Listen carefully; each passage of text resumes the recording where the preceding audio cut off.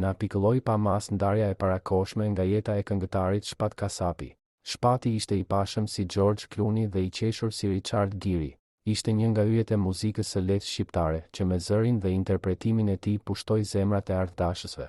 Tani që ai nuk është më fizikisht, mua më kujtua babai i tij, Naim Kasapi, i cili po ashtu iku nga kjo botë në moshë të re.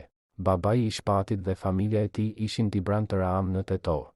Në vitet 70 të shekullit të kaluar Naim Kasapi, si shumë të rinj të tjerë nga viset shqiptare në Maqedoni, studionte në Universitetin e Prishtinës, që në atë kohë ishte i vetmi universitet për shqiptarët këndej kufirit. Ishte student me korrespondencë i letërsisë dhe gjuhës shqipe. Pasi i dha të gjitha provimet u përcaktua për temën e diplomës në lëndën të cilën e ligjëroja unë, poezi e sotme shqipe. Duhet të ketë qenë viti 1977-78. Unë atë botë isha pedagog i ri, ende magjistër. Naimi diplomoi me temën Poezia e sotme arbëreshe, duke e trajtuar atë si pjesë të letërsisë shqipe në përgjithësi dhe si vazhduese e traditës së Deradës dhe korifenjve të tjerë të këtij krahu të letërsisë shqipe.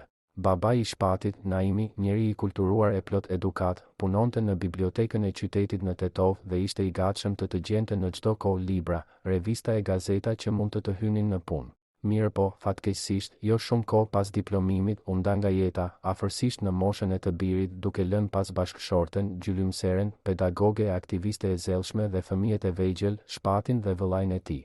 Shpati u rrit, u bë burr dhe njeri i artist i dashur për të gjithë shqiptarët, duke vazhduar kështu pak a shumë traditën familjare.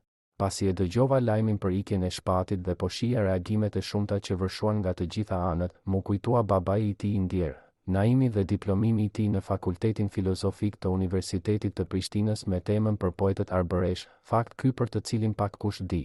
Duke i shprehur ngushëllime familjes, të afërmve, miqve, shokëve dhe ardhashësve të Shpat, Naim Kasapit po e mbylli këtë fjalë të përzijshme me dy vargje të poetit Vorea Ujko, bardit të poezisë bashkëkohore arbëreshe, të cilat duken si të ishin shkruar për Shpatin.